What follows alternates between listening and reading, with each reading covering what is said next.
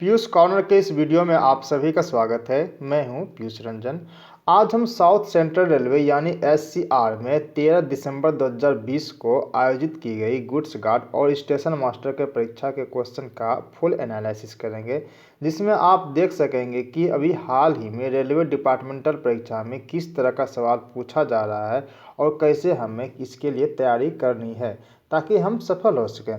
बता दें कि अभी एनटीपीसी परीक्षा के साथ साथ रेलवे अपना जीडीसी के थ्रू डिपार्टमेंटल भर्ती परीक्षा भी लेना चालू कर दिया है, जिसमें सभी रेलवे जोन का समय अलग अलग हो सकता है। तो आइए देखते हैं कि जीडीसी में किस तरह का सवाल पूछा जा रहा है ताकि आप अपना परीक्षा रणनीति मजबूत कर सकें। तो आते हैं पहले सवाल पे। भारत का सबसे लंबा single lane steel cable suspension पुल का उद्घाटन किस राज्य में हुआ है? ये जो है एससीआर में जो 13 दिसंबर 2020 कभी हाल ही में जो आयोजित हुआ है उसका ये क्वेश्चन है। तो क्या है, भारत का सबसे लंबा single lane steel cable suspension पुल अरुणाचल प्रदेश में उद्घाटन इसका हुआ है। 9 जनवरी 2019 को अरुणाचल प्रदेश के मुख्यमंत्री पेमा खांडू द्वारा देश के सबसे लंबे single lane steel cable bridge का उद्घाटन किया गया है। इसकी लंबाई 300 मीटर है। ये जो है सियांग नदी पर बनाया गया है। इसे बोरियंग पुल के नाम से भी जाना जाता है। नेक्स्ट है, आर्थिक रूप से गरीब स्वर्णों को 10% आरक्षण देने वाला भारत का पहला राज्य कौन सा है? तो आर्थिक रूप से गरीब स्वर्णों को 10% आरक्षण देने वाला पहला राज्य गुजरात बन गया है। स्वर्ण वर्ग के आर्थिक रूप से कमजोर लोगों को शैक्षणिक संस्थानों और सरकारी नौकरी में 10% आरक्षण संबंधी 124वां संशोधन 124वां संशोधन विधेयक 2019 8 जनवरी को लोकसभा में पारित किया गया था। नेक्स्ट है, किस शहर ने अपनी अदालतों में कामकाज के लिए हिंदी को तीसरी आधिकारिक भाषा के रूप में शामिल किया है? इसका सही जवाब होगा option B, Abu Dhabi. Next है, विश्व उपभोक्ता अधिकार दिवस 2019 मनाया जाता है। तो विश्व उपभोक्ता दिवस 2019 मनाया जाता है कब? 15 मार्च को। अगर ऐसा सवाल आवे कि 2019 या 2020 कुछ भी रहे तो आपको याद रखना है कि विश्व उपभोक्ता अधिकार दिवस कब मनाया जाता है? 15 मार्च को। वहीं अगर 12 मार्च की बात करें तो सीआईएसएफ का स्थापना दिवस 12 मार्च को मनाया जाता है। नेक्स्ट है, किस टीम ने अजलन शाह कप 2019 जीता है? तो अजलन शाह कप 2019 दक्षिण कोरिया ने जीता है। दक्षिण कोरिया ने भारत को हराकर 9 साल बाद सुल्तान अजलन शाह कप जीता। पिछली बार वे 2010 में जीते थे। सुल्तान अजलन शाह कप जो है ये हॉकी के क्षेत्र में दिया जाता है। ये हर साल मलेशिया में आयोजित किया जाता है। कभी कभी सवाल ऐसा भी आएगा कि अजलन शाह कप किस खेल से संबंधित है, तो आप उनको याद रखिएगा ये हॉकी से संबंधित है और ये प्रत्येक वर्ष मलेशिया में ही आयोजित किया जाता है। नेक्स्ट है, इस वर्ष विश्व पर्यावरण दिवस का विषय क्या है? तो इस वर्ष का अगर बात करें तो ऑप्शन से इस वर्ष का तो नहीं निकल पा रहा है, इसमें 2019 का पूछा है, क्योंकि 2019 में जो विश्व पर्यावरण दिवस का विषय था वो था क्या? वायु प्रदूषण। अगर वहीं 2020 का बात करें तो 2020 में पर्यावरण दिवस का विषय है जैव विविधता यानी बायोडाइवर्सिटी। ठीक ना, बायोडाइवर्सिटी। चलिए नेक्स्ट है, फेमिना मिस इंडिया वर्ल्ड 2019 का खिताब किसने जीता है? तो फेमिना मिस इंडिया वर्ल्ड 2019 का खिताब सुमन राव ने जीती है। ठीक ना, ये है राजस्थान की थी और ये आयोजन जो है सरदार वल्लभ भाई पटेल इंडोर स्टेडियम मुंबई में आयोजित किया गया था। कब किया गया था? 15 जून 2019 को। नेक्स्ट है, माई लाइफ माई मिशन आत्मकथा किसकी है? तो माई लाइफ माई मिशन आत्मकथा योग गुरु स्वामी रामदेव जी की है, जो वरिष्ठ पत्रकार उदय माहुरकर के साथ मिलकर लिखा था। नेक्स्ट है, केंद्रीय संस्कृति और पर्यटन राज्य मंत्री ने पहली वस्तुशील एलईडी रोशनी का उद्घाटन कहाँ किया? तो ये जो है कुतुब मीनार में किया है। नेक्स्ट है, फीफा 2019 में पुरुषों का प्लेयर ऑफ द ईयर खिताब किसने जीता? मतलब पुरुषों का प्लेयर ऑफ द ईयर खिताब जो है फीफा 2019 में लियोनल मेसी जो बार्सिलोना के खिलाड़ी हैं, इसने जीता है, लियोनल मेसी ने। अगर वहीं महिला के बात करें तो महिला में अमेरिकी खिलाड़ी यानी फॉरवर्ड मेगन रापिनो ने जीता है 2019 का प्लेयर ऑफ द ईयर। ठीक ना। नेक्स्ट है, मनुष्य द्वारा उगाया गया सबसे पहले अनाज थे। तो मनुष्य द्वारा उगाया जाने वाला पहला अनाज कौन था? गेहूं और जौ। नेक्स्ट है, दक्षिण भारत के मंदिरों के विशाल द्वारों को क्या कहा जाता है? मंदिरों के विशाल द्वारों को दक्षिण भारत में गोपुरम कहा जाता है। ये बहुत इंपॉर्टेंट है।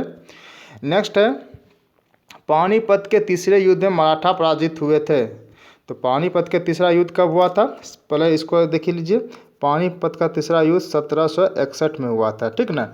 ये अहमद शाह अब्दाली यानी जो अफगान शासन था और मराठा सेनापति सदाशिवराव भाऊ के बीच हुआ था। तो सवाल क्या है? पानीपत के तीसरे युद्ध में मराठा पराजित हुए थे, किससे? अफगानों से।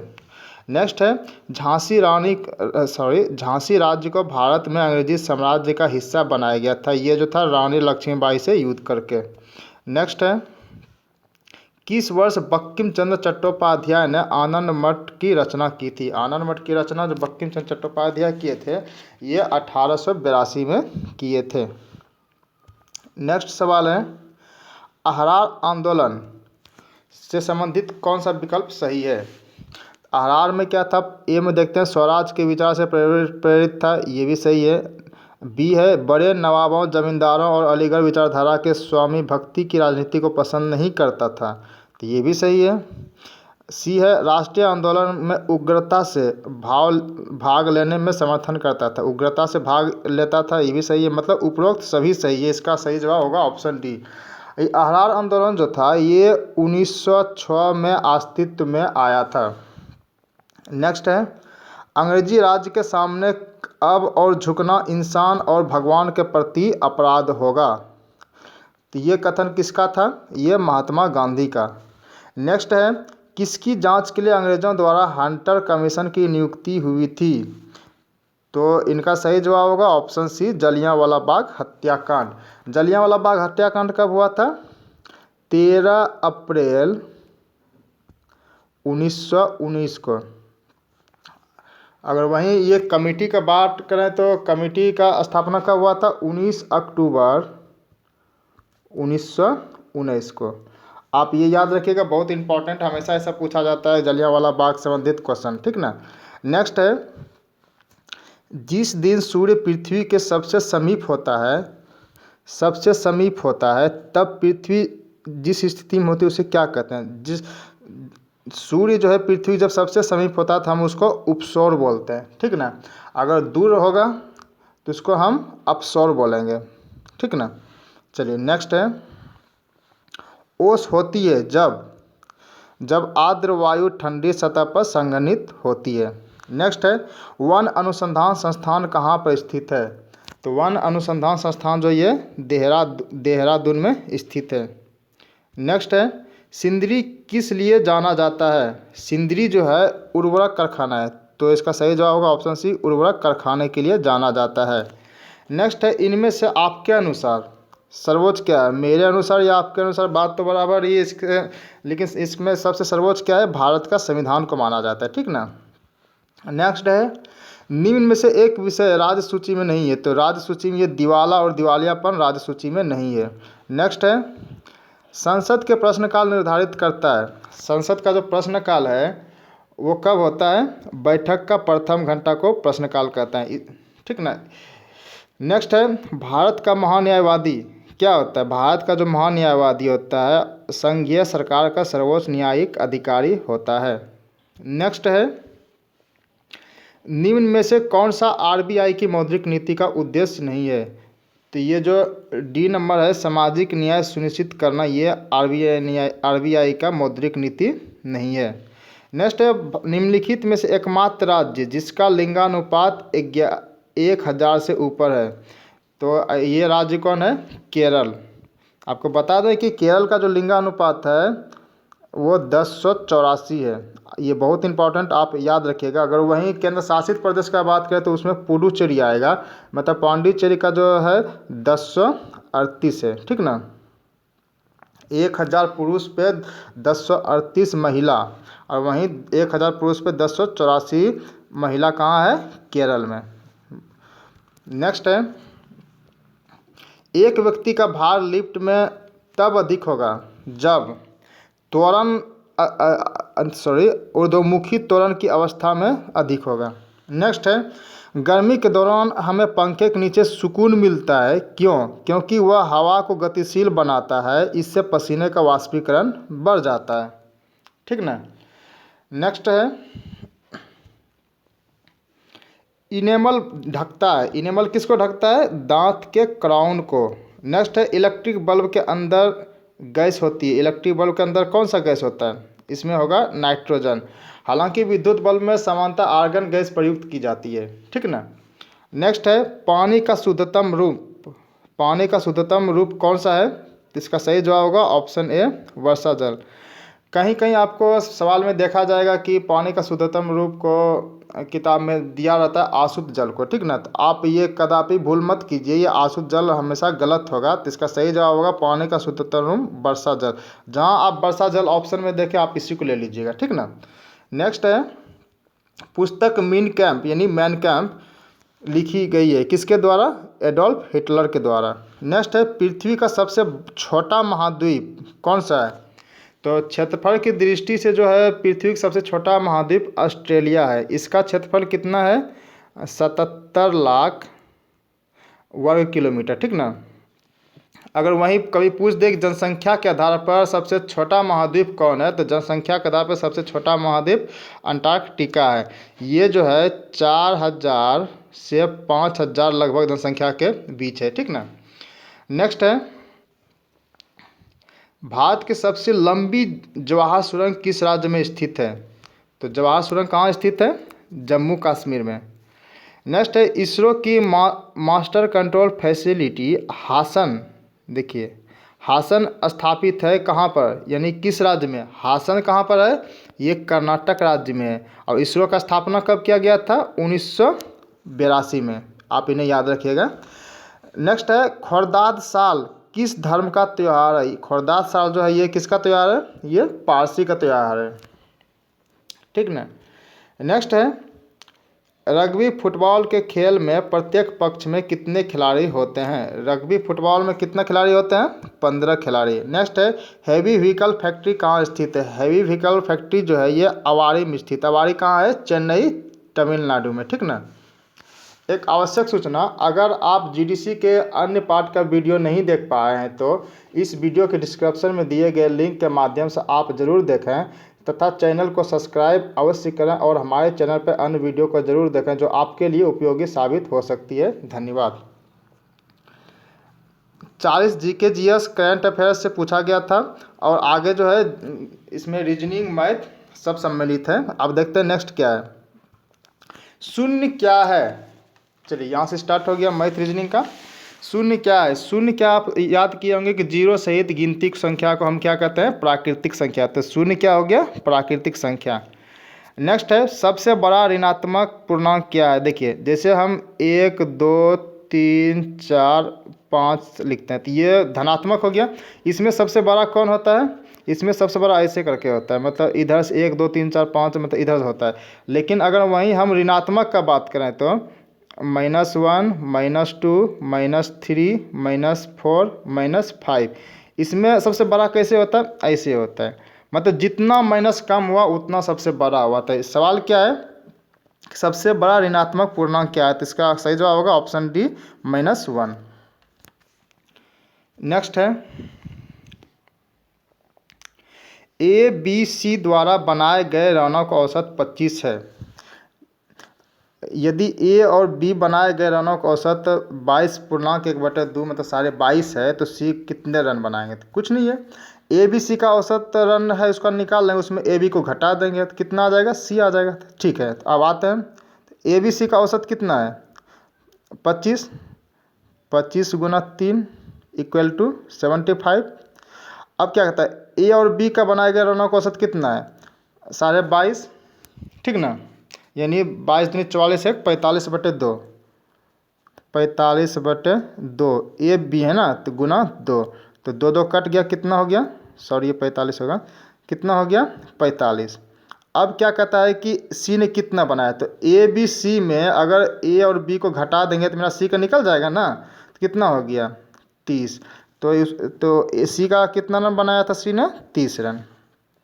नेक्स्ट है तीन बालकों की आयु क्रमशः 7, 8 और 9 के अनुपात में है। ठीक है, यदि सबसे बड़े की आयु 18 वर्ष है तो इनकी औसत आयु कितनी होगी। ठीक है, 3 बालिका है ना, ये सॉरी 3 बालक है, 1 है, 2 है, 3 है। पहला का क्या है, इसको 7x मान लेते हैं। दूसरा क्या है, इसको 8x मान लेते हैं। तीसरा क्या है, इसको 9x मान लेते हैं।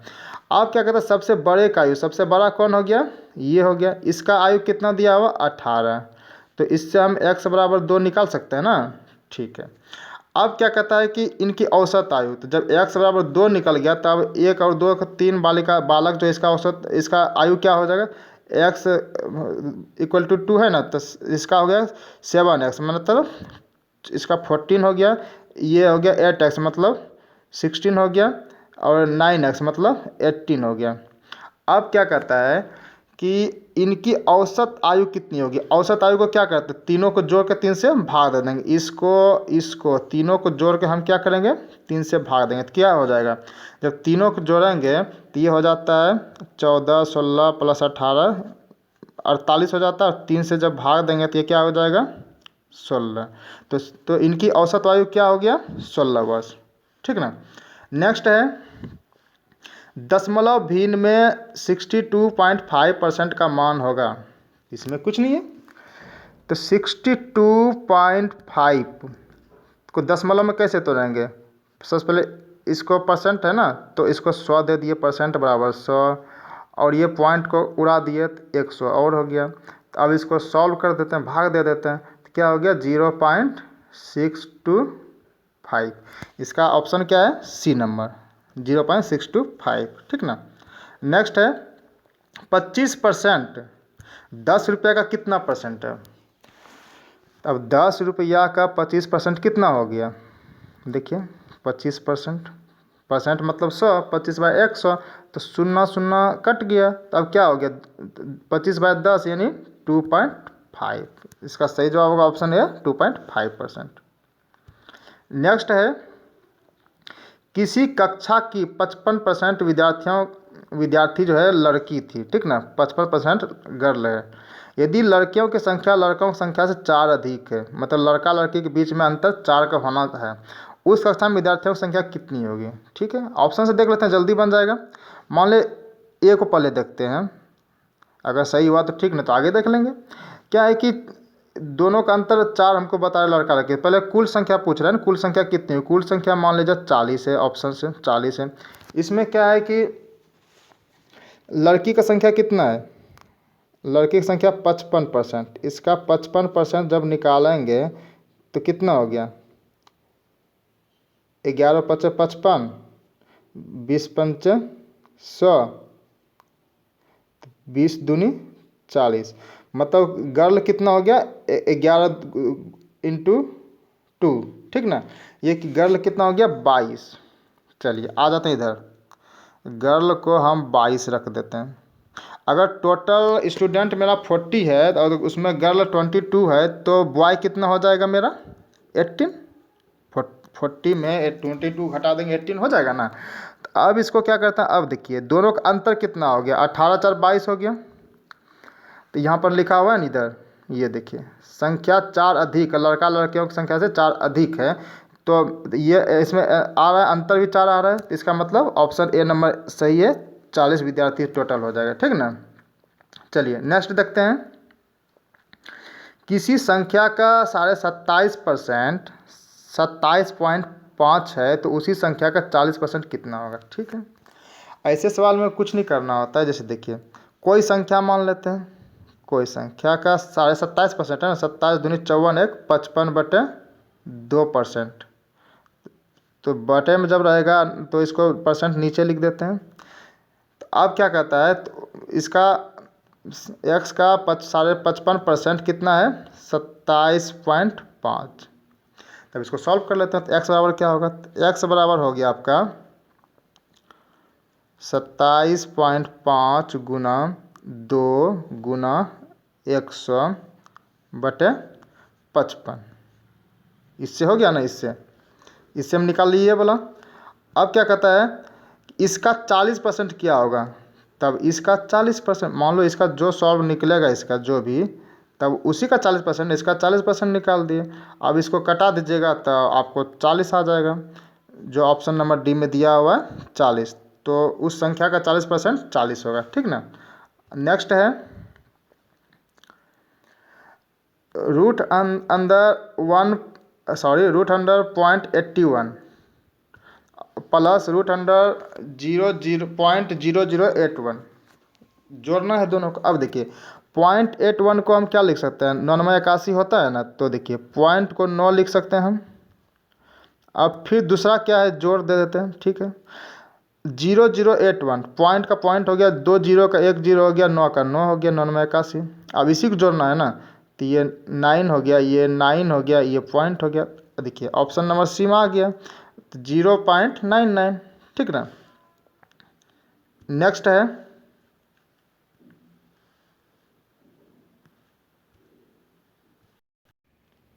कहता है कि एक व्यापारी ने कोई वस्तु 530 रुपया में खरीदी, मतलब सीपी हमको दिया हुआ, ठीक, और 583 रुपया में बेच दिया, एसपी भी दिया हुआ। प्रतिशत लाभ क्या, प्रतिशत लाभ बराबर क्या होता है, प्रॉफिट परसेंट बराबर क्या होता है, प्रॉफिट बटे सीपी इंटू 100, यही होता है ना। इसमें बैठा दीजिए, प्रॉफिट मेरा कितना हुआ, देखिए प्रॉफिट हो गया 530, सीपी है 583, तो 583 में 530 को घटा दें कितना आ जाएगा, 53 प्रॉफिट हो गया। सीपी मेरा 530 दिया हुआ है इंटू 100। अब देखिए इसको कटा दीजिए, 0 0 कट गया, 53 कट गया एक बार, मतलब कितना बचा, 10%। तो मेरा प्रॉफिट कितना होगा, 10% प्रॉफिट होगा, ठीक ना। नेक्स्ट है एक मोटरसाइकिल 7840 रुपया में खरीदी गया, मतलब सीपी दिया हुआ 7840 रुपया, और 7% के लाभ पर बेची गई, तो इसका विक्रय मूल्य क्या था, इसका विक्रय मूल्य कुछ नहीं है, 7840 को कितना में बेचा, 7% लाभ पे ना, तो 107/100। इसको जब सॉल्व कीजिएगा तो आपका ये 88.80 रुपया आ जाएगा, ठीक। नेक्स्ट है एक व्यक्ति ने 5 रुपया की 6 कॉपियाँ खरीदी, ठीक है। इसको लिख लेते हैं, एक व्यक्ति ने 5 रुपया की 6 कॉपियाँ खरीदी, मतलब सीपी क्या हो गया, 6 कॉपी का दाम कितना हो गया, 5 रुपया, तो एक कॉपी का दाम 5/6 रुपया, ठीक ना।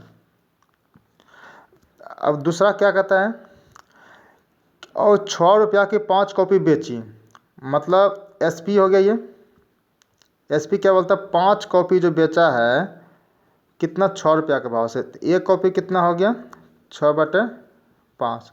इसमें लाभ परसेंट क्या करें, देखिए यहाँ हमको सीपी दिया हुआ है, सीपी दिया हुआ है, इधर हमको एसपी दिया हुआ है, तो सीपी यानी एसपी में सीपी घटा देंगे तो हमको लाभ निकल जाएगा, तो ठीक है घटा देते हैं। अगर हम 6/5 में, आप इसको याद रखिएगा, इसका सीपी इतना है, सॉरी इसका सीपी इतना है ये, और ये एसपी हो गया, ठीक ना। अब क्या कहता है, प्रॉफिट कितना हो गया, देखिए प्रॉफिट बराबर पहले दे देंगे 6/5 माइनस 5/6 इक्वल टू कितना हो गया, 11.30। अब प्रॉफिट परसेंट है ना, तो 11/30 बटे मेरा कितना हो गया, ये सीपी कितना था 6/5, ये वाला ना, सॉरी मेरा सीपी हो गया 6/5 हो गया, नहीं ये 6/5 तो एसपी हो गया ना अपना, सीपी हो गया मेरा, देखिए ये वाला 5 रुपया में 6 कॉपी, तो मतलब 1 रुपया में 5/6 हो गया, ठीक ना, 5/6 गुना 100। अब इसको कर दीजिए, बराबर 11/30 गुना 6/5, 5 गुना 100, तो यह आ जाएगा आपका 44%, ठीक ना, जो ऑप्शन सी में दिया हुआ है। नेक्स्ट है, एक रेडियो जो है 10% के लाभ पे बेचा गया, और यदि वो 11.5 के लाभ पर बेचा होता तो 15 रुपया अधिक लाभ होता है। ठीक है, देख लीजिए, पहला एक रेडियो को 10 पे बेचा, लेकिन उसको बेचना था 11.5 पर, उनका कहना है, तो 11.5 बेचता तो 15% लाभ होता है। अब ठीक है, देख लीजिए इसको कितना शॉर्टकट से बनता है। सीपी को सबसे पहले 100 मान लीजिए, सीपी कितना हो गया 100, इसको ऐसे ही मान लीजिए। अगर क्या कहता है कि 10% पे हम बेचे और फिर 11.5% पे बेचे, मतलब 11.5% पे बेचे, तो हमको अंतर कितना आ गया, मतलब 15 रुपया अधिक होता, अधिक या कम रहेगा तो आप अंतर समझिएगा, ठीक ना। तो 15 रुपया हमको अंतर हो रहा है, मतलब कि मतलब 1.5 रुपया, मतलब 1.5% में हमको 15 रुपया हो रहा है, तो 1% में कितना हो जाएगा 15/1.5, वहीं 100% में क्या हो गया 15/1.5 गुना 100, तो आप इसको कटा दीजिए, तो आ गया कितना, देखिए ये कट पॉइंट उड़ गया तो ये शून्य हो गया, 15 कट गया तो मतलब 1000 बच गया, मतलब 1000 रुपया इसका क्रय मूल्य हो गया, ठीक ना। नेक्स्ट है, यदि x अनुपात y इक्वल टू 12:5 है और z अनुपात y बराबर 21:16 है, x और z का मान, तो इसमें क्या करते हैं, पहले देखिए x को अलग कर दीजिए, y को अलग कर दीजिए, z को अलग कर दीजिए। x और y बराबर क्या दिया हुआ है 12:5, तो 12:5 कर दिए। अब क्या कहते हैं y और z बराबर क्या दिया हुआ है 21:16, तो z और y है ना, तो z यहाँ हो गया 21 और 16, तो आप इसको और इसको गुना कर दीजिए, हो गया, ठीक ना। इसका सही जवाब कितना हो जाएगा, ये वाला 3564। नेक्स्ट है, यदि 624 को ए बी सी आपस में 1/2, 1/3, 1/4 के रेशियो में बांटते हैं तो सी का मान क्या होगा। ऐसे में क्या करते हैं, पहले 2, 3, 4 का रेशियो कितना हो जाएगा 12 हो जाएगा, ठीक है ना। तब 2 6 के 12, मतलब ए बी सी, 2 6 के 12, 3 चौके 12, 4 तिया 12, सब में x लगा दीजिए आसानी के लिए। अब क्या कहता है सी का हिस्सा ना, देखिए 6 + 4 + 3, 6 4 10, 3 13x बराबर हमको यहाँ दिया हुआ है 624 रुपया को, यानी 624 रुपया कितना भाग में अनुपात में बांटते हैं, तो ठीक ना, 13x बराबर हमको 624 रुपया दिया हुआ है, तो x बराबर क्या हो गया, तो x बराबर इसको कटा दीजिए, 48 बार में कट गया ये, ठीक ना, तो x बराबर 48 हो गया ना। अब क्या कहता है कि c का हिस्सा क्या होगा, ठीक ना, तो c का हिस्सा कितना है मेरा 3 है, तो 48 गुना 3 कर दीजिए, तो कितना हो गया 144, जो ऑप्शन नंबर डी सही जवाब है, ठीक है। नेक्स्ट है, एक धनराशि को है दो मित्र जो है 5 और 11 के अनुपात में बांटी गई, दो मित्रों में, ठीक ना।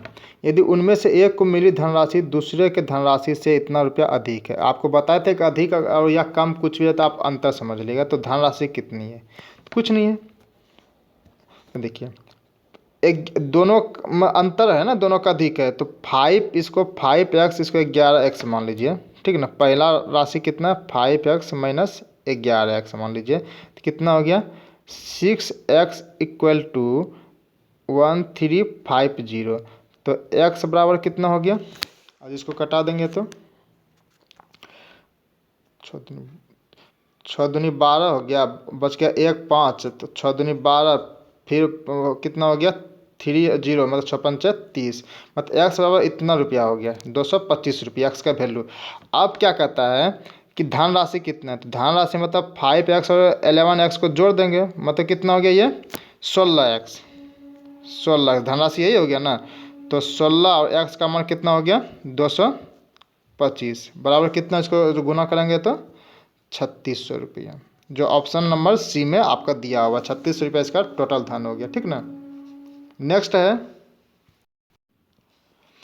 किसी काम का 3/5 भाग जो है 15 दिनों में किया जाता है, ठीक ना। 3/5 भाग 15 दिनों में किया जाता है, बचा हुआ काम कितने दिन में किया जाता है, ठीक है। देखिए 3/5 भाग कितना दिन में किया, 15 दिन में, तो बचा हुआ काम कितना बचा, 2/5। इसको कैसे कितना दिन में करेंगे, 15/3 इंटू 5 इंटू 2/5, ठीक ना। 5 कट गया, 3×5 = 15, कितना हो गया 5 इंटू 2, 5 इंटू 2 कितना हो गया 10। मतलब बचा हुआ कार्य जो हम 10 दिन में कर सकेंगे, ठीक ना।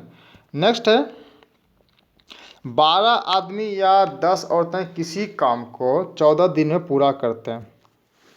तो ऐसे सवाल हम क्या करते हैं ना, पहले जैसे ये 12 आदमी दिया हुआ है ना, तो इसको हम एक कर लेते हैं। क्या कहता है कि 12 मैन इक्वल टू 18 वुमेन। तो एक मैन बराबर क्या हो गया, एक मैन बराबर 18/12। तो इसको हम कटा देते हैं, 3 × 6 = 18, 2 × 6 = 12, मतलब एक वुमेन बराबर 3/2, ठीक ना। अब क्या कहता है, देखिए 18 प्रश्न क्या कहता है, 18 वुमेन, मतलब सिर्फ वुमेन को लेते हैं या फिर मैन को, जिसको लेना सिर्फ एक को लीजिए। 18 वुमेन किसी काम को 14 दिन में करता है, तो 18 इंटू 14।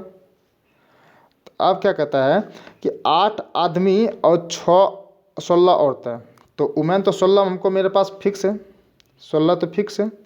अब 8 आदमी किसको चेंज कर दीजिए, तो 8 आदमी मतलब एक वुमेन बराबर 3.2, क्या हो गया, एक मैन बराबर 3.2, तो 8 मैन बराबर कितना हो गया, इसको 8 कर देंगे, 2 चौके 8, मतलब 4×3 = 12, ठीक ना।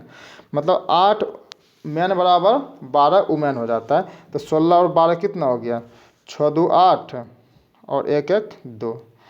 अब यही है सवाल, क्या है कितने दिनों में 8 आदमी और 16 करेंगे, तो हो गया। तो 14 से 2 बार में कटा दीजिए और 2 से 9 बार में कटा दीजिए, कितना हो गया, ये 9 दिन में कर सकेंगे, ठीक ना।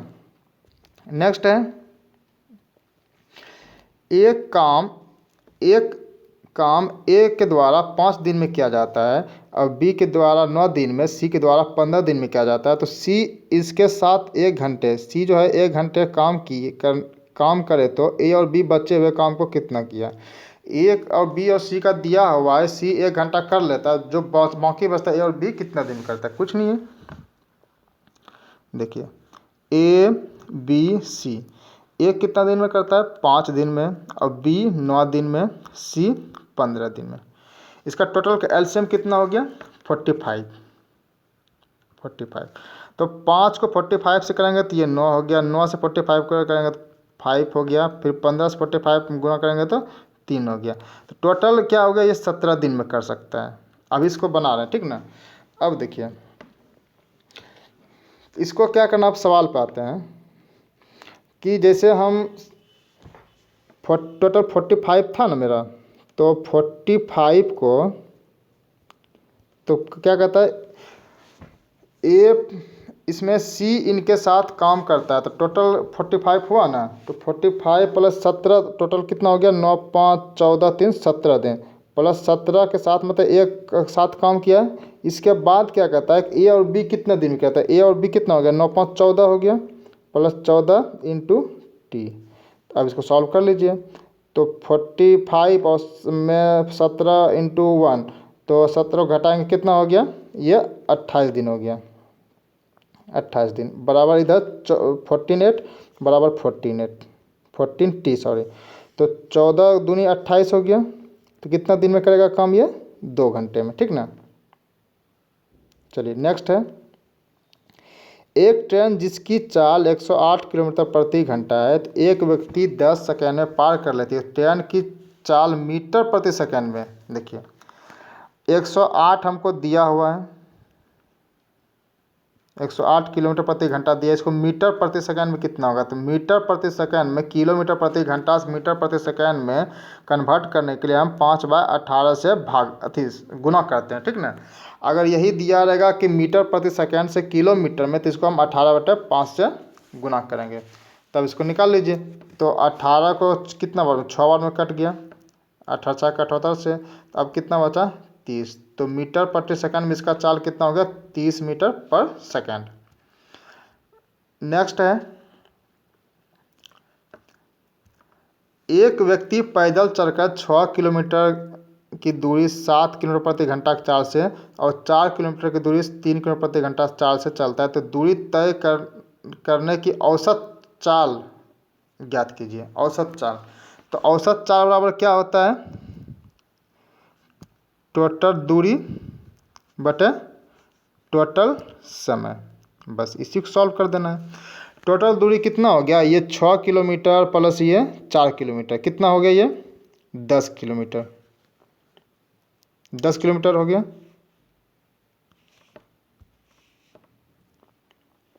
अब क्या कहते हैं, समय। समय बराबर क्या होता है, दूरी बटे चाल। तो दूरी बटे चाल पहला क्या हो गया, तो दूरी 6/4 हो गया। 6 किलोमीटर 4 किलोमीटर प्रति घंटा 4 से दूरी तय करता है, तो दूरी बराबर क्या हो गया, समय बराबर क्या, समय बराबर क्या, दूरी बटे चाल। तो 6/4, 6/4 हो गया, प्लस दूसरा दूरी क्या हो गया, दूसरा समय क्या हो गया, 4/3। इसको सॉल्व कर दीजिए, तो कितना हो गया, इधर 10 हो गया बटे 34/12। तो इसको सॉल्व कीजिएगा तो 60/17 आएगा।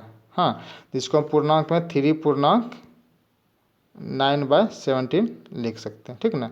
इसका सही जवाब होगा ऑप्शन बी। नेक्स्ट है, कोई नाव नदी के बहाव की दिशा में 4 घंटे में 60 किलोमीटर जाता है, ठीक। यदि नाव की गति नदी के बहाव से दुगुनी है तो 2 घंटे में नदी के बहाव के विपरीत कितनी दूरी तय करेगी, ठीक है। पहले क्या, ये देखिए, यदि नाव की गति नदी के बहाव से दुगुनी है, ठीक है, पहले हम बोट ले लिए और ये रिवर ले लिए। कहता है इसका दिया हुआ नाव की जो गति है नदी की गति से दुगुनी है, ठीक है। अब बहाव की दिशा में क्या बोलता है, 4 घंटे में 60 किलोमीटर जाता है, ठीक ना। ये डायरेक्शन में क्या होता है, तो इसको कर देंगे 60/4। ये कितना हो गया, सॉरी, ये टोटल जाता है ना, तो बहाव की दिशा में 60/3x हो गया ये, तो 60/3 हो गया, तो टोटल जाता है 3x हो गया। बहाव की दिशा में जैसे x + y लेते हैं 3x हो गया, कितना हो गया देखिए, ×4। देखिए बहाव की दिशा यही बोलता है ना, कितना बहाव की दिशा हो गया, समय बराबर 60/3x = 4 आवर, ठीक ना। ये 4 घंटा लेता है। अब इसको कटा देते हैं, ये 15 बार में कट गया, 15 चौके 60 और 3 पचे 15, यानी x बराबर कितना हो गया, 5, ठीक ना। अब देख दीजिए, तो अब क्या कहता है, तो विपरीत, तो 2 घंटे के बहाव के विपरीत कितनी दूरी तय करेगी, तो विपरीत क्या था मेरा, 2 ना, तो दे देंगे x = 5 × 2 बराबर कितना हुआ, 10 किलोमीटर, ठीक। नेक्स्ट है, किस प्रतिशत वार्षिक ब्याज की दर से कोई धन राशि 16 वर्ष में दुगुना हो जाता है। देखिए इसमें कुछ नहीं करना है, ऐसा जब सवाल आएगा ना, जैसे एसआई का है, सिंपल इंटरेस्ट का, किस प्रतिशत वार्षिक ब्याज की दर से कोई धन 16 वर्ष में दुगुना हो जाता है, कुछ नहीं, एक फार्मूला होता है RT = n-1 × 100। अब देखिए R मान लो किस दर पे, तो R को छोड़ देते हैं, T 16 वर्ष में, 16 वर्ष में कितना हो जाता है, दुगुना हो जाता है। दुगुना मतलब n कितना हो गया, 2 - 1, इसको हम 1 भी लिख सकते हैं, गुना 100, ठीक ना। अब दे दीजिए, ये 4 चौक 16 हो गया, ये 25 चौके 100 हो गया, इसको 2 में 1 घटाएंगे तो 1 ही होगा, इसका कोई मतलब नहीं होगा। मतलब R = क्या आ जाएगा, 25/4, जो मेरा ऑप्शन में दिया हुआ है 6.1/4, ठीक ना। इसका सही जवाब होगा ऑप्शन बी। आप इसमें ऐसा सब में क्या कीजिएगा ना, सिर्फ ये फार्मूला आप याद रखिएगा। ये R T equal to n-1 into 100 SI का, ठीक ना। चलिए नेक्स्ट क्या है, किसी मूलधन का 5 वर्ष में 2% ब्याज की दर से सरल ब्याज 500 रुपया होगा। मतलब किस मूलधन की दर से, इसमें क्या हमको पी मांग रहा है, ठीक ना, कुछ नहीं है। तो ब्याज मेरा कितना दिया हुआ है 500 रुपया, पी मांग रहा है ना, तो पी इंटू आर कितना 2% इंटू समय कितना है 5 वर्ष बटे 100। जब इसको सॉल्व कर दीजिएगा तो कितना आ जाएगा 5,000 रुपया मेरा मूलधन हो जाएगा, ठीक ना, जो ऑप्शन ए में दिया हुआ है। नेक्स्ट है मूलधन 18,750 रुपया पे 2 वर्ष में चक्रवृद्धि ब्याज कितना होगा यदि ब्याज की दर प्रथम वर्ष में 4%, दूसरे वर्ष में 8% हो, ठीक ना। ठीक है, प्रथम वर्ष में कितना है 4% ना, पहले इसको निकाल लेते हैं। देखिए 18,750 को जब 1 + 4 को पहला वर्ष कर देंगे, ठीक ना, तो अब 4% इसमें है, 4% पहला वर्ष में कितना, इसको जब सॉल्व करेंगे तो आपका हो जाएगा 25 बार में कट गया, ठीक ना, तो 18,750 गुना 25 1 26/25, ठीक। अब कहते हैं दूसरा वर्ष में, ठीक है, दूसरा वर्ष में 19,500 हो गया। इसको जो सॉल्व करेंगे तो 19,500, इसको जो सॉल्व करेंगे तो 19,500 आएगा। आप सॉल्व कीजिए, स्पेस बहुत कम है इसलिए नहीं सॉल्व करिए हैं। दूसरा वर्ष में कितना परसेंट बोल रहा है 8%, तो 8/100। अब क्या ये भी 1 साल के लिए होगा ना, तो अब इसको जब सॉल्व कीजिएगा तो अब मेरा आ जाएगा ये वाला सवाल। इसको सॉल्व कीजिएगा तो 21,060 आ जाएगा, इतना रुपया। अब क्या कहता है, तो इसमें मूलधन चक्रवृद्धि ब्याज कितना होगा, चक्रवृद्धि ब्याज है ना, तो अब इसमें जो है 18,750 को घटा दीजिए, 21,060 में 18,750 को घटा दीजिएगा तो मेरा ऑप्शन आ जाएगा कितना 2,310 रुपया, ठीक ना। आपको स्पेस के कारण ठीक से नहीं समझ में आ पा रहा है, इसके लिए माफ़ी चाहते हैं। नेक्स्ट है किसी धन का 3% जो है 5% वार्षिक ब्याज की दर से सरल ब्याज और चक्रवृद्धि ब्याज का अंतर कितना है 22 रुपया, 122 रुपया, ठीक ना। देखिए सरल ब्याज और चक्रवृद्धि ब्याज का अंतर 122 रुपया है और कितने वर्ष के लिए 3 वर्ष के लिए। तो मूलधन ज्ञात करें, तो इसमें एक फार्मूला होता है मूलधन इक्वल टू P बराबर D इंटू इस पे Q, ठीक ना, Q बटे R² इंटू 300 + R। इसको सॉल्व कर दीजिए, इसको जब इस पे जब सॉल्व कर दीजिएगा तो आपका सही जवाब हो जाएगा इसका 16,000 रुपया, ठीक ना। नेक्स्ट है तरुण और कमलकांत ने एक व्यापार में 8,000 रुपया प्लस 10,000 रुपया का निवेश किया। यदि वर्ष के अंत में व्यापार में 900 रुपया का लाभ हुआ तो बताइए कि तरुण और इसका लाभ क्या है। देखिए ये तरुण हो गया और ये कमलकांत हो गया। इसने कितना लगाया था 8,000 रुपया, कितने वर्ष के लिए 12 वर्ष के लिए, और इसने 10,000 रुपया लगाया था, ये भी 12 वर्ष के लिए। तो दोनों का 12-12 बराबर है तो लिखना कोई ज़रूरी नहीं तो हम ऐसे करके लिख सकते हैं 12 × 12। देखिए ये 12 कट गया, 3 शून्य पार 3 शून्य पार, ये भी 4 बार में कट गया और ये 5 बार में कट गया। अब क्या कहता है व्यापार के अंत में 900 रुपया का लाभ हुआ, मतलब दोनों को मिलाकर कितना लाभ हुआ 900 रुपया।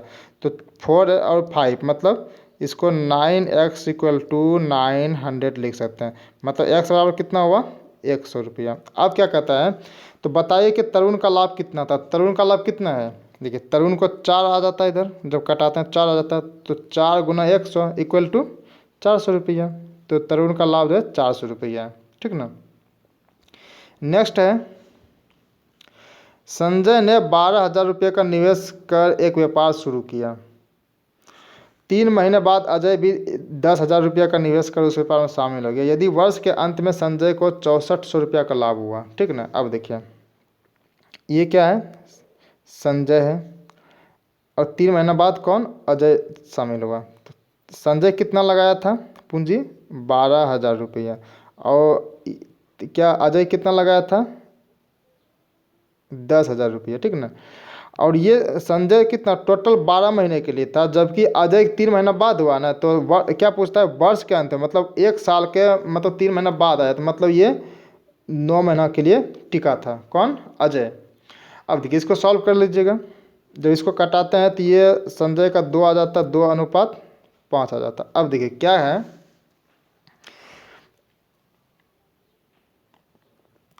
यदि वर्ष के अंत में संजय को 6400 रुपया मिला, ठीक ना,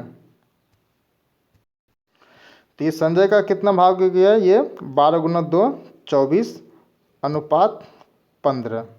अब क्या कहता है, यदि वर्ष के अंत में संजय को 6400 रुपया मिला, संजय मतलब ये 24x बराबर कितना हो गया मेरा, 24x बराबर 6400 रुपया, ठीक ना। तो अजय का लाभ क्या है, तो अजय का लाभ तो 6400/24 कर दीजिए, और अजय का लाभ कितना 15 है ना, तो गुना 15 कर दीजिए, तो आ जाएगा आपका 4,000 रुपये। तो अजय को 4,000 रुपया लाभ हुआ, ठीक ना। चलिए नेक्स्ट है, किसी आयत के दो भुजाओं का अनुपात 5:2 है, ठीक। इसका क्षेत्रफल 90 वर्ग मीटर, तो इसकी लंबाई और चौड़ाई क्या होगी, ठीक है। तो दो भुजा तो इसका क्षेत्रफल क्या होता है, लंबाई गुना चौड़ाई। 5 × 2 का अनुपात में क्या हो गया, 5 दूनी 10, 10x², ठीक ना। पहला भुजा को 5x माने, दूसरा को 10x। जैसे देखिए ये एक आयत हो गया, तो आपका इसमें क्या हो गया, ये लंबाई मान लिए, इसको चौड़ाई मान लिए, ठीक ना, इसको चौड़ाई मान लिए। तो अब क्या कहते हैं, लंबाई गुना चौड़ाई होता है ना, तो इसको हम 5x अगर हम मानते हैं, इसको हम 5x इसको मानता है, तो ये 2x हो गया। लंबाई क्या हुआ, 10x² बराबर दिया हुआ है मेरा 90, तो 0 0 पार, तो x बराबर कितना हो गया, 9 हो गया, सॉरी x बराबर क्या होगा, 9 का रूट हो जाएगा ना फिर बाद में, तो ये हो गया 3 हो गया। अब क्या कहता है, तो इसकी लंबाई और चौड़ाई क्रम से क्या हुआ, x बराबर 3 हो गया, तो इसकी लंबाई कितना हो गया, 5 × 3 मतलब 15x, 15 मीटर। तो 15 मीटर किस में, ऑप्शन बी में। और चौड़ाई अगर बोले तो 2 × 3 मतलब 6 मीटर। तो ऑप्शन बी में देख लीजिए, 15 मीटर और 6 मीटर दिया हुआ, आपका आंसर ये हो गया, ठीक ना। नेक्स्ट क्या कहता है, एक आयताकार मैदान की चौड़ाई क्या होगी जिसकी लंबाई 18 मीटर है, क्षेत्रफल इतना है, ठीक है।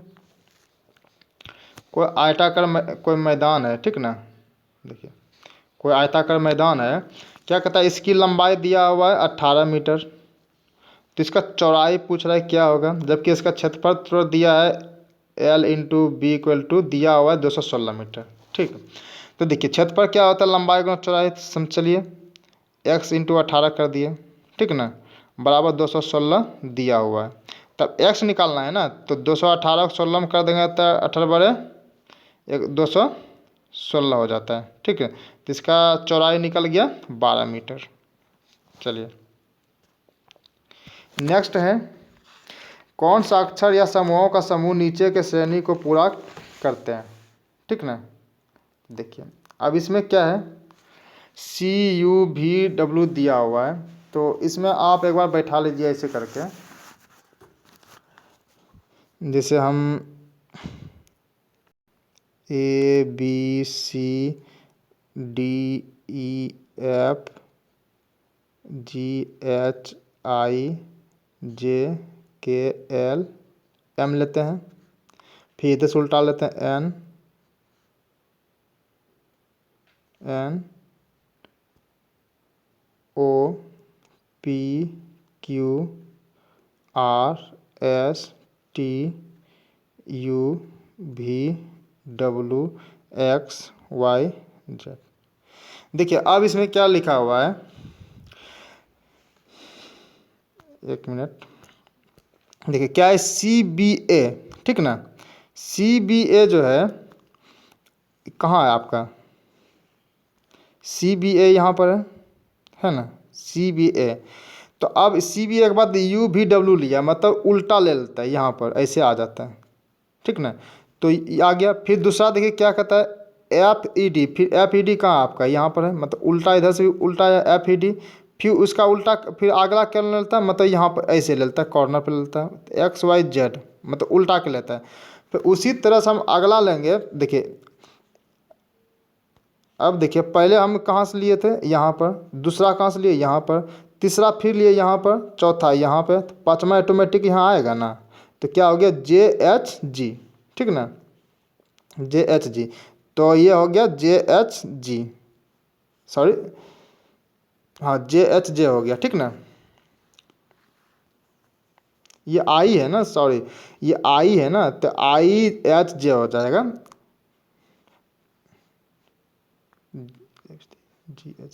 IHJ, ठीक ना। तो ये मेरा आंसर हो जाएगा।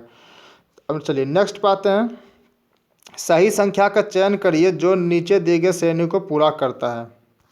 इसमें कुछ नहीं है, देखिए ये ऐसे ले लेते हैं, ऐसे ले लेते हैं, ऐसे ले लेते हैं, फिर ऐसे ले लेते हैं। मतलब एक बार 9 का स्क्वायर हो गया, एक बार 8 का स्क्वायर हो गया, एक बार 7 का स्क्वायर हो गया, फिर एक बार 5 का स्क्वायर हो गया, ठीक ना। अब इसी को क्या किया है कि देखिए 9 का स्क्वायर जैसे है, तो 9 के स्क्वायर में सिर्फ यहाँ पर 9 लिख दिया है, ठीक ना। फिर 8 के स्क्वायर तो अगला शब्द 8 लिख दिया, इसी तरह 7 के स्क्वायर तो अगला शब्द 7 लिख दिया है। तो इसका सही जवाब होगा ऑप्शन डी, 7। चलिए नेक्स्ट है, ये समस्या चित्र दिया हुआ है आपका, ठीक ना। तो इसके हिसाब से देखना है कि अगला टर्म क्या होगा, ठीक ना। देखिए पहले ये कहाँ है, नॉर्थ है, फिर साउथ चला जाता है, फिर ये ईस्ट चला जाता है, सॉरी देखिए ये क्लॉक वाइज घुमा हुआ है, ठीक ना। ये क्लॉक वाइज कैसे घूमता है, पहले इधर से जाता है, फिर इधर जाता है, फिर इधर जाता है, फिर इधर जाता है, ठीक ना। क्लॉक वाइज देखिए ये हो गया, ये साउथ की तरफ घुमा हुआ है, ठीक ना। फिर ये चला जाता है ईस्ट के, वेस्ट के तरफ, फिर नॉर्थ की तरफ, फिर चला जाता है ईस्ट की तरफ। उसी तरह देखिए इसमें क्या दिया हुआ है,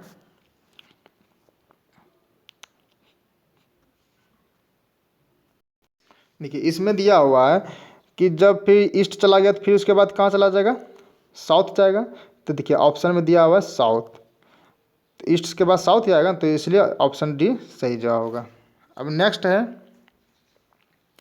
अच्छा को उत्कृष्ट कहा जाता है, तो पहाड़ क्या होगा, हमेशा पर्वत श्रेणी होगा, ठीक ना।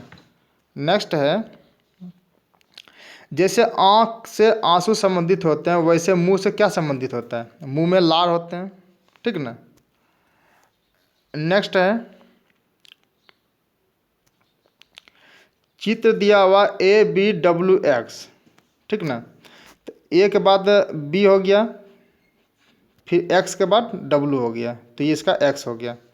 फिर है निम्न में से विषम को खोजो, तो निम्न से विषम को क्या खोजेंगे, तो सूखा हो गया, महामारी हो गया, अभाव हो गया, बाढ़ हो गया। आप इसमें देखिए महामारी के अंतर्गत तीनों चीज़ आता है, सूखा, अभाव, बाढ़ तीनों आता है, इसलिए महामारी इसका सही जवाब हो जाएगा। नेक्स्ट है, विषम जोड़ी को खोजने के लिए देखिए पक्षी घोंसला में रहता है, ये ठीक है। हवाई जहाज़ डिपो में रहता है, देखिए हवाई जहाज़ जो है, हवाई जहाज़ जहाँ रखते हैं उसको डिपो नहीं बोलते, डिपो में बस रखता है, ठीक ना। तो हवाई जहाज़ जहाँ रहता है उसको हम हैंगर बोलते हैं, क्या बोलते हैं, हैंगर। तो इसका सही जवाब होगा ऑप्शन बी, विषम यही हो गया। देखिए सुअर खाना में, शुकर खाना में, कुत्ता कुत्ता घर में, तो मतलब इसका हवाई जहाज़ ही होगा सही जवाब इसका, हवाई जहाज़ को हैंगर में रखा जाता है, ठीक ना। नेक्स्ट है केरल, बिहार, गुजरात, देखिए ये तीनों स्टेट है, तो इसमें जम्मू, मुंबई, अलवर, उसी में ये पंजाब में राज्य हो गया, मतलब इसमें राज्य का कॉमन लिया गया, ये तीनों स्टेट है, ये भी स्टेट हो गया, ठीक ना। नेक्स्ट आते हैं,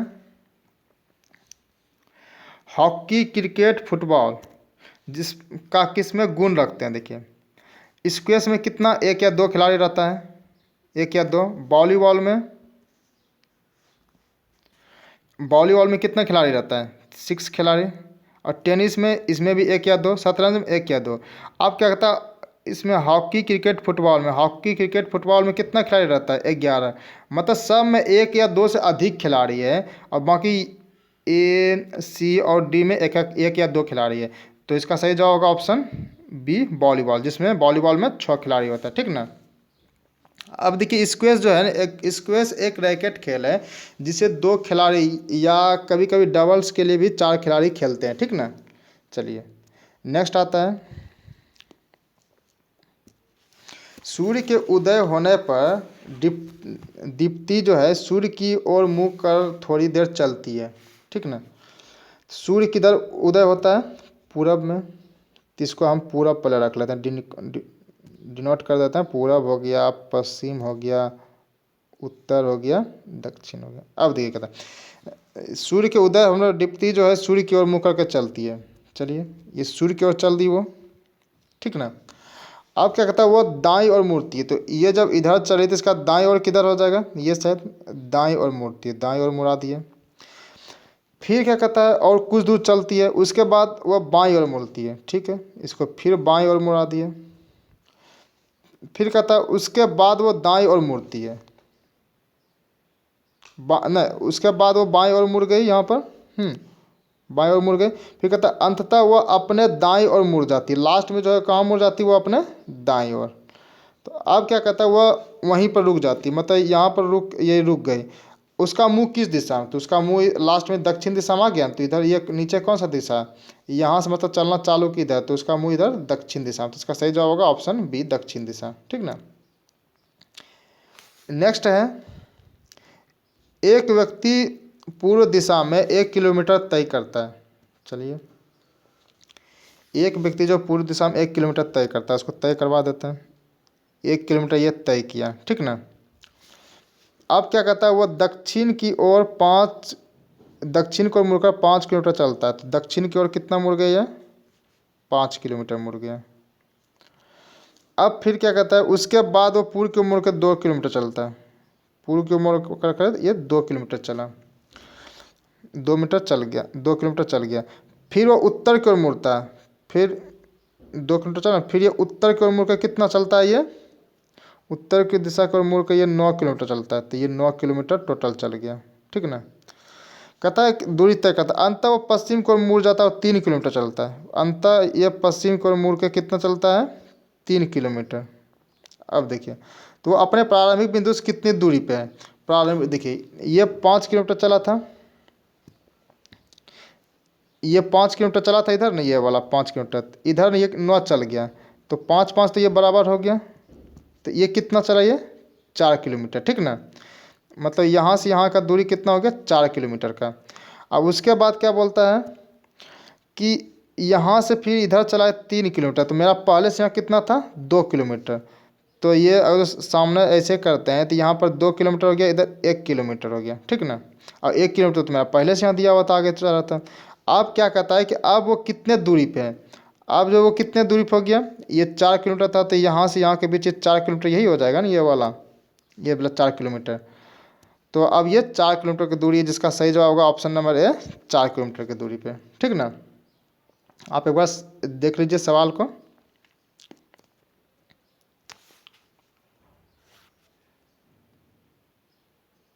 नेक्स्ट है, यदि प्लस का अर्थ माइनस हो, ठीक ना, और माइनस का अर्थ गुना हो, गुना का अर्थ भाग हो, भाग का अर्थ जोड़ हो, तो निम्न में को हल करने पर जो संख्या प्राप्त होगी वो क्या होगी? कुछ नहीं है, 26 लिख दिए। माइनस का अर्थ क्या दिया हो? गुना। फिर 18 लिख दिए। फिर गुना का अर्थ क्या दिया हुआ है? देखिए गुना का अर्थ भाग दिया हुआ है, भाग कर दिए, आ गया 9। फिर क्या कहता है? फिर भाग का अर्थ क्या दिया हुआ है? भाग का अर्थ क्या दिया हुआ है? प्लस, प्लस 3 कर दिए। फिर प्लस का अर्थ क्या दिया हुआ है? -11 कर दिए। जब इसको सॉल्व कीजिएगा तो 26 गुना 9 दूनी 18, 2 प्लस 3 माइनस 11, मतलब 52 plus 3 minus 11 equal to 52 3 55 minus 11 बराबर 44। आपका आंसर हो गया ऑप्शन नंबर डी 44। नेक्स्ट है एम और एन जो है क्या है, बहन है, ठीक ना। देखिए ये सवाल ऐसा हमेशा पूछा जाता है, एम और एन क्या है, बहन है, ठीक है। एम बराबर एन, दोनों का मान्यता एक ही है ना, दोनों बहन है, माइनस दे दिया माइनस दे दिया, ठीक है। आप क्या कहता है ओ और पी भाई है, ओ और पी भाई है, चलिए ये अभी नहीं दे, इसको बाद में देखते हैं। एम की पुत्री पी की बहन है, एम का कोई पुत्री है, मान लीजिए एम का कोई पुत्री एक्स को मान लेते हैं, पी की बहन है। अब तो यहाँ आ गया ना इसका, पी की बहन है, पी की बहन है, ये पुत्री है, पी की बहन है। अब कहता ओ और पी भाई है, तो ओ बराबर पी, अब तो यहाँ हमको मिल गया ओ बराबर पी, ये दोनों भाई है, ठीक ना। तो एन का ओ से क्या संबंध है, ये जो एन है इसका ओ से क्या संबंध है। तो एम, यहाँ पर देखिए सवाल में क्या था, एम और एन क्या था, बहन था। तो जब इसका एम का पुत्री एक्स है और इसका भाई पी है और पी का भाई ओ है, तो एम क्या हो गया, इसका माँ हो गया, और माँ का बहन क्या हो गया, मौसी। तो एन का ओ से क्या संबंध है, इसका सही जवाब होगा ऑप्शन बी, मौसी, ठीक है। उसी तरह नेक्स्ट देखते हैं, ए पिता है बी का, ए क्या है, ए पिताजी हैं बी का, ठीक ना, ठीक है। ए है बी का पिताजी, सॉरी, ए है बी का पिताजी।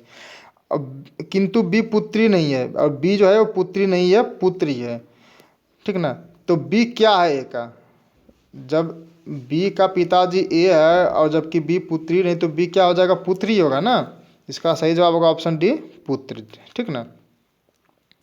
नेक्स्ट है उस वृद्ध व्यक्ति को मेरे न उस वृद्ध व्यक्ति का पुत्र जो है मेरे पुत्र का चाचा है, ठीक। उस वृद्ध व्यक्ति का पुत्र मेरे पुत्र का चाचा है। फिर सबसे पहले हम आ जाते हैं अपने में, मेरे पुत्र, मेरा जो पुत्र है मेरा पुत्र का चाचा है, मतलब मेरा भाई होगा, ठीक ना। मेरा पुत्र जो है मेरा पुत्र का चाचा मतलब मेरा भाई होगा, ठीक ना। अब कहते हैं उस वृद्ध व्यक्ति का मेरा का पुत्र, मतलब वृद्ध व्यक्ति मतलब मेरे पिताजी हो सकते हैं, तभी तो उनका पुत्र जो है ये आ गया मेरा भाई, चाहे हम या मेरा भाई मेरे पिताजी का बेटा हो गया, और मेरा पुत्र जो मेरा भाई उनका चाचा हो गया। आप क्या कहते हैं, वृद्ध व्यक्ति का मुझसे क्या संबंध है, तो वृद्ध व्यक्ति के मेरा कौन हो जाएगा, पिताजी हो जाएगा। तो ऑप्शन बी सही जवाब होगा पिताजी, ठीक ना। नेक्स्ट है अक्षर से बने उपसर्ग का चयन करिए ताकि अर्थपूर्ण शब्द बन सके, ठीक ना। इसमें कौन सा ऐसा, जैसे टी ई है, पी है, एस टी है, एल आई है, कौन सा ऐसा सेटिंग करेंगे जैसे कि ताकि मेरा सही जवाब हो सके। देखिए जैसे टी ई को हम सेट करते हैं इसमें ऑप्शन ए को, तो टेबल हो गया, ट्रेट हो गया, टेक हो गया, टेम्प हो गया, ये होगा नहीं होगा। इसमें करना आपको एस टी को सेट कीजिएगा, देखिए आ जाएगा। स्टेबल हो गया, स्ट्रेट हो गया, स्टेक हो गया, स्टम्प हो गया, तो इसका सही जवाब होगा ऑप्शन सी, स्टेक होगा, ठीक ना। उसी तरह 88 में मतलब इसमें भी चयन करके लिखना है क्या कौन सा देंगे ताकि मेरा सही अर्थपूर्ण शब्द बन सके। तो 88 में आप डी को सेट कर दीजिए, डी को, GRAD, grade, crude, bride, anode, ठीक ना। चलिए नेक्स्ट पे आते हैं, उस शब्द का पता लगाओ जिसे नीचे दिए गए शब्दों के अक्षरों से नहीं बनाया जा सकता है, ठीक ना।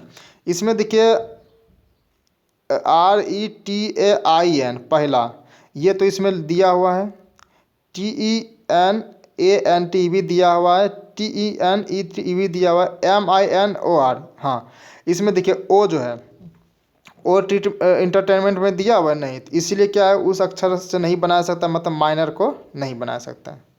फिर नेक्स्ट है इसमें भी वही है कि उस अक्षरों का पता लगाइए जो शब्द अक्षरों से नहीं बनाया जा सकता है, उस शब्दों का पता लगाइए, ठीक ना।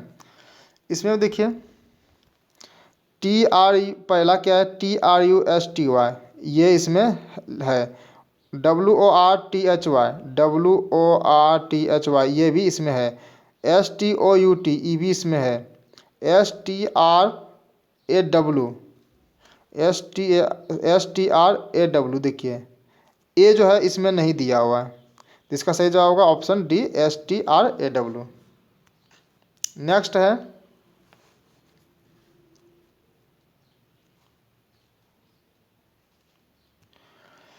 कंट्री को COUNTRY को BNTMXQX लिखा जाता है, तो उसी कुट भाषा में DISTRICT को क्या लिखा जाएगा, ठीक ना। इसमें क्या है देखिए, सिक्स में एक घटा देंगे तो बी हो जाएगा, ओ में एक घटा देंगे एन हो जाएगा, यू में घटा देंगे टी हो जाएगा, उसी तरह डी में एक घटा देंगे तो क्या हो जाएगा, सी हो जाएगा। फिर आई में एक घटा देंगे एच हो जाएगा, एस में एक घटा देंगे आर हो जाएगा। तो इसी तरह ऑप्शन नंबर डी में देखिए सब में जो है एक को घटा दिया है, ठीक ना। नेक्स्ट है, यदि किसी कूट भाषा में एच को 2 लिखते हैं, ठीक ना, एच को 2 लिखते हैं, डब्लू को 9 लिखते हैं, ई को 1 लिखते हैं, आर को ये लिखते हैं, तो वेयर को क्या लिखेंगे। तो वेयर को क्या लिखे हैं, देखिए डब्लू को क्या लिखे हैं, डब्लू को 9 लिखे हैं। एच को क्या लिखे हैं यहाँ पर देखिए, एच को 2 लिखे हैं, 2 लिख दिए। फिर ई को क्या लिखे हैं, ई को 1 लिखे हैं। फिर आर को 6, फिर ई आ गया लिखे हैं। तो उस कुट भाषा कैसे लिखा जाए, 92161, तो इसमें बी नंबर में देखिए लिखा हुआ है 92161, तो इसका सही जवाब होगा ऑप्शन बी। नेक्स्ट है, यदि DEUC को किसी कूट भाषा में 11 लिखा जाता है, तो उसी कूट भाषा में 22 को क्या लिखा जाएगा। देखिए इसमें कुछ नहीं है, डी का कोड कितना होता है, जैसे ABCD, तो डी का कोड 4 हो गया, प्लस ई का कोड 5 हो गया, यू का कोड 21 हो गया, सी का कोड 3 हो गया, ई का कोड 5 हो गया। जब सबको जोड़ देते हैं तो कितना हो जाता है, 38, ठीक ना। अब इसी को क्या करते हैं हम, 3 + 8 को फिर जोड़ देते हैं, ये जो 38 है ना, 38 को 3 + 8 जोड़ देंगे तो 11 हो जाएगा, इसमें हम 11 आ जाता है। उसी तरह आप कहता प्राइस को क्या लिखेंगे, देखिए पी का कोड क्या हो गया, 16 हो गया, प्लस आर का कोड 18 हो गया, आई का 9 हो गया, प्लस सी का 3 हो गया, ई का 5 हो गया। सबको जोड़ देंगे तो कितना आ जाएगा, 51 आ जाएगा। फिर क्या करते थे, जैसे 3 और 8 को जोड़ते थे ना, तो 3 और 8 11 होता है, उसी तरह 5 और 1 को जोड़ देंगे तो कितना हो जाएगा, 6। इस तरह से आंसर मेरा बी आ जाएगा 6, ठीक ना। चलिए नेक्स्ट देखते हैं, बर्फ़ हमेशा होती है, बर्फ़ हमेशा क्या हो सकता है, कठोर कोई ज़रूरी नहीं है, जमा हुआ ऐसा ज़रूरी नहीं है, सफ़ेद हाँ, और सफ़ेद पे देख लेते हैं ठंडी, ज़रूरी नहीं कि हमेशा ठंडी ही रहेगा, नहीं सफ़ेद तो हो सकता है हमेशा, लेकिन ठंड, तो बर्फ़ है तो बर्फ़ हमेशा ठंड ही रहेगा ना, तो इसका सही जवाब होगा ऑप्शन डी, ठंड, ठीक ना। एक पर्वत के साथ हमेशा होते हैं क्या, एक पर्वत में हमेशा क्या होगा, चट्टान होगा। नेक्स्ट, जब तेज़ गति से चलती बस के ब्रेक लगाए जाते हैं, ठीक ना, तो उसमें सवार यात्री आगे झुक जाता है, क्यों। ये तो प्रथम न्यूटन के प्रथम गति नियम के कारण, जिसको गैलीलियो का नियम या जड़त्व का नियम भी कहते हैं। देखिए अचानक जब चलता है ना, अचानक चलता है तो वो पीछे को झुक जाता है, ठीक ना, जब रुकता है तो आगे को झुकता है। लेकिन सवाल ये नहीं है, सवाल ये है जब तेज़ गति से चलती बस में ब्रेक लगाए जाते हैं तो उसमें सवार यात्री कभी कभी आगे झुकता है, कभी नहीं आगे झुकता है, ये तो गलत, कभी कभी झुकता है, ये भी गलत, हमेशा झुकता है, हाँ ये सही, कभी भी ब्रेक लगाएगा तो हमेशा झुकेगा ना, इसीलिए इसका सही जवाब होगा ऑप्शन सी, हमेशा झुकता है। और डी क्या है, अधिकांश, अधिकांश का मतलब क्या हो, कुछ नहीं, वही हमेशा झुकता है, इसका सही जवाब होगा ऑप्शन सी, ठीक ना। नेक्स्ट है, सारे अमेरिकी अंग्रेजी भाषी हैं, ठीक ना। चलिए सारे जो अमेरिकी है ये क्या है, अंग्रेजी भाषी है, अंग्रेजी भाषी है। कोई एस्मिको, मान लो एस्मिको यहाँ दे दिए, फिर कोई एस्मिको जो है अंग्रेजी भाषी नहीं है, नहीं है, ठीक ना। अब क्या कहता है, कोई एस्मिको अंग्रेजी भाषी नहीं है, कोई एस्मिको अंग्रेजी भाषी नहीं, कोई एस्मिको अंग्रेजी भाषी नहीं है, ठीक ना, ये भी गलत है। कोई अंग्रेजी भाषी एस्मिको नहीं है। पहला देखिए क्या है, कोई एस्मिको अमेरिकी भाषी नहीं, जो एस्मिको है कोई अमेरिकी भाषी नहीं है ना, तो गलत है।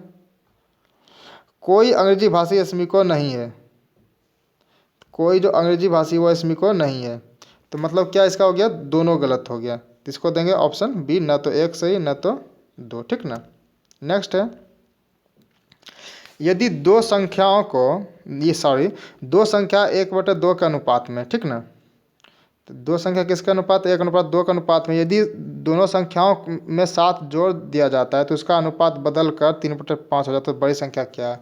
इसमें कुछ ना, जैसे x 1/2 का अनुपात है ना, मान लीजिए 1x, जिसको x ही बोल सकते हैं, बटा 2x में ये दोनों में 7 जोड़ देते हैं, 7 जोड़ दिए, इसमें भी 7 जोड़ दिए, तो कितना हो जाता है, 3/5 हो जाता है, ठीक ना।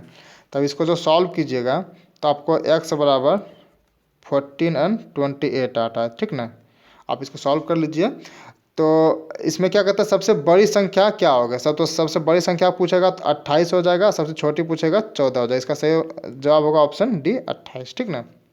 चलिए नेक्स्ट बात है, बेंचों के एक कतार में कोई बेंच दोनों सिरों से 18 बेंचों के कतार में कोई बेंच दोनों सिरों से 18वें स्थान पर आती है, ठीक ना। उस कतार में कितने बेंच है, ले इधर से भी 18वां आ जा रहा है, इधर से भी 18वां आ रहा है, तो टोटल कितना हो गया, 18 दूनी 36, 36 बेंच हो गया। लेकिन 18 18 दो बार आ जाता है ना, इसीलिए हम एक को घटा देंगे, तो कितना हो जाएगा 35। इसका सही जवाब होगा ऑप्शन सी, 35। नेक्स्ट है, एक छोटा ए छोटा है बी से लेकिन लंबा है सी से। चलिए यहाँ ऐसे बनाते हैं, ए छोटा है बी से, ए जो है किससे, बी से छोटा है, लेकिन लंबा है किससे, डी से, सॉरी, ए छोटा है बी से लेकिन लंबा है सी से लंबा है। वह कहता है डी छोटा है ए से, डी जो है यहाँ पर लिखते हैं हम, डी जो है छोटा है ए से लेकिन लंबा है सी से, तो लंबा डी से, सी से लंबा है। अब क्या कहता है, ई जो है छोटा है बी से, ई जो है छोटा है बी से लेकिन लंबा है ए से लंबा है, ठीक ना। आप कहता है लंबाई में सबसे छोटा व्यक्ति कौन है, लंबाई में सबसे छोटा व्यक्ति तब कौन आ गया, सी हो गया, ऑप्शन नंबर बी। तो चलिए मिलते हैं अगले वीडियो के साथ। अगर ये आपको वीडियो पसंद आया हो तो वीडियो को लाइक और हमारे चैनल को सब्सक्राइब जरूर करें। धन्यवाद।